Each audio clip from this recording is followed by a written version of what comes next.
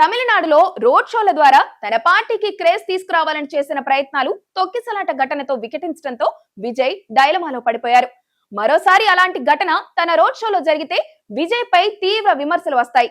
అందుకే ఆయన రోడ్ షోల ద్వారా ప్రచారం అనే కాన్సెప్ట్ ను పక్కన పెట్టేశారని, దీనికి బదులుగా జయలలిత స్ట్రాటజీని అమలు చేయాలనుకుంటున్నారన్న ప్రచారం ఇప్పుడు జరుగుతోంది. జయలలిత రోడ్ షోలకు పెద్దగా ప్రాధాన్యం ఇచ్చేవారు కాదు. విశాలమైన స్థలంలో జన సమీకరణ చేసి నేరుగా హెలికాప్టర్ ద్వారా ఆ ప్రాంతానికి చేరుకుంటారు, ప్రసంగిస్తారు. దీని ద్వారా వాహనంతో పాటు పరుగులు పెట్టడం, తొక్కిసలాట జరగడం అనేది జరగలేదు. ఇదే పద్ధతిని ఇప్పుడు విజయ్ కూడా పాటించాలని నిర్ణయించుకున్నారు. నగరం వెలుపల ప్రైవేట్ ల్యాండ్ ను లీజ్ పై తీసుకొని అక్కడ జన సమీకరణ చేసి సభలు నిర్వహిస్తారు. ఇప్పటికే హెలికాప్టర్ ను విజయ్ బుక్ చేసుకున్నారని టీవీకే వర్గాలు చెబుతున్నాయి. కరూర్ ఘటన తర్వాత విజయ్ ఇప్పటి వరకు ప్రజల్లోకి వెళ్లలేదు. ఆయన గతంలో కరూర్ తొక్కిసలాట ఘటన మృతుల కుటుంబాలను పరామర్శిస్తానని ప్రచారం జరిగినా వాయిదా పడిపోయింది. 27వ తేదీన ఆయన కరూర్ వెళ్లి హోటల్లో అందరినీ పరామర్శిస్తారని ఆ పార్టీ వర్గాలు చెబుతున్నాయి.